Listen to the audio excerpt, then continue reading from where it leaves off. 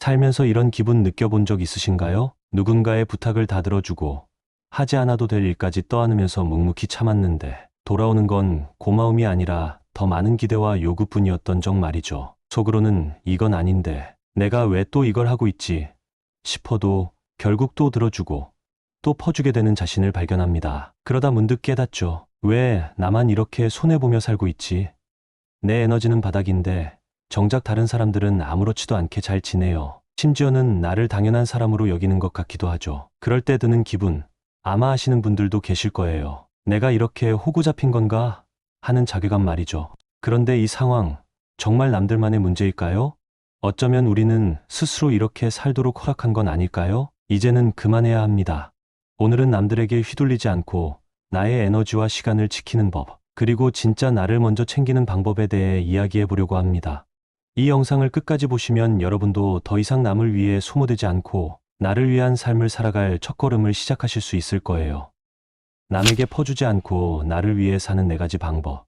첫 번째, 부탁을 못 들어줘도 괜찮다.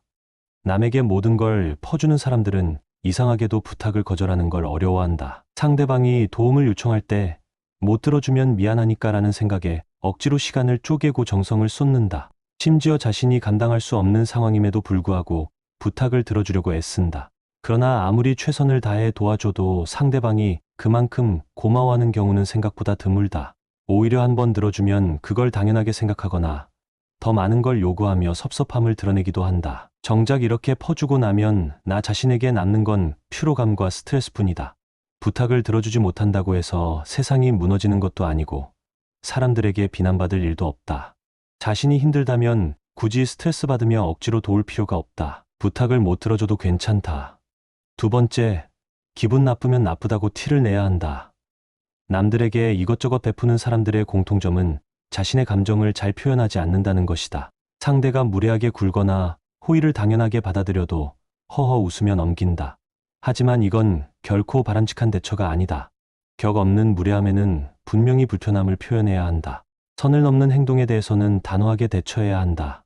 상대방이 그로 인해 불편함을 느낄지언정 그것은 잘못된 일이 아니다. 자신의 감정을 표현하지 않으면 상대방은 나를 쉽게 여긴다. 단호함은 상대방에게 나의 경계를 명확히 알려주는 중요한 방법이다. 그렇게 해야 상처받지 않고 스스로를 지킬 수 있다. 세 번째, 남이 아니라 나를 먼저 챙겨라. 남의 문제에 온 힘을 쏟으며 돕는 사람들이 있다. 그들이 잘 되면 괜스레 뿌듯하기도 하지만 정작 나에게 돌아오는 것은 별로 없다. 일을 열심히 하면 경력이나 실력이 쌓이겠지만 인간관계에서 이런 식의 퍼주기는 무용지물에 그치는 경우가 많다. 물론 어느 정도 베푸는 것은 인간관계에서 중요하다. 하지만 그보다 먼저 중요한 것은 나 자신이다. 내가 상처받지 않는 선에서 남을 돕는 것이 중요하다. 내가 희생하고 상처받으면서까지 누군가를 도와줄 필요는 없다. 상대방을 챙기더라도 내 중심은 분명히 잡아야 한다. 네 번째, 날 싫어하는 사람은 그대로 두어라.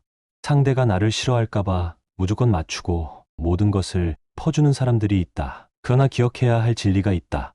날 싫어하는 사람은 어떻게 해도 싫어한다. 너무 친절해서 가식적이라고 싫어하는 사람이 있는가 하면 다 맞춰주니까 별로라고 싫어하는 사람도 있다. 결국 어떻게든 이유를 만들어 싫어할 뿐이다. 그런 사람들에게 맞추며 나를 잃어버릴 필요는 없다. 그들에게 쏟는 시간과 에너지를 아껴 나를 있는 그대로 존중해주는 사람들과 더 좋은 시간을 보내라.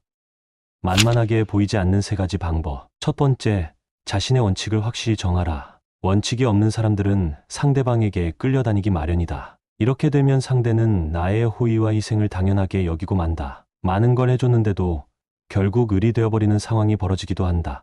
그래서 자신만의 기준을 세워야 한다. 예를 들어, 이 정도 선을 넘으면 확실히 거절하겠다.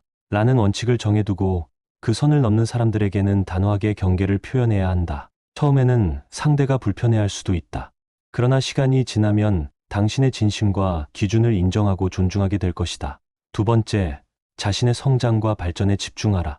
스스로 성장하고 발전해 나가는 사람은 결코 만만하게 보이지 않는다. 자기 일을 확실히 하고 계속 발전하는 사람은 상대방에게도 인정받는다. 발전하지 않고 제자리 걸음만 하는 사람들은 결국 서로를 무시하게 된다. 쟤는 이것밖에 못하면서 왜 자기 가치를 저렇게 고평가하지? 라는 생각을 들게 하는 것이다. 삶의 균형을 맞추고 자기 발전에 집중하는 사람은 연애에서도 더 매력적이다. 반대로 자기 성장에 소홀하고 상대방에게만 모든 것을 의존하려 하면 상대방은 나를 가볍게 여기기 쉽다. 무엇보다 내 성장과 발전에 집중하자. 남의 평가가 아닌 내 성장이 곧 내 가치를 증명한다.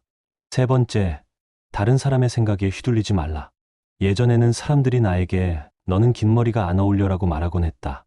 그 말을 몇 번 듣다 보니 난 긴 머리 안 어울리겠지라고 생각하며 시도조차 하지 못했다. 그러나 우연한 계기로 머리를 기르기 시작했고 남들이 뭐라 하든 개의치 않게 됐다. 그때 느꼈다. 남들의 생각에 휘둘리지 않고 온전히 내 생각으로 결정하는 것이 훨씬 더 만족스럽다는 것을. 타인의 생각은 참고만 하되 결정은 내가 해야 한다. 그렇게 해야 진짜 나를 위한 선택을 하고 최선의 결과를 얻을 수 있다.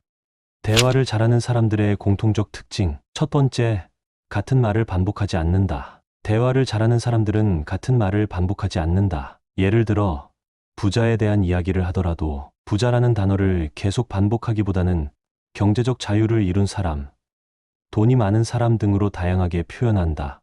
그렇게 하면 대화가 훨씬 더 다채롭고 지루하지 않다. 반면 같은 단어를 계속 쓰면 상대방은 금방 지루함을 느낀다.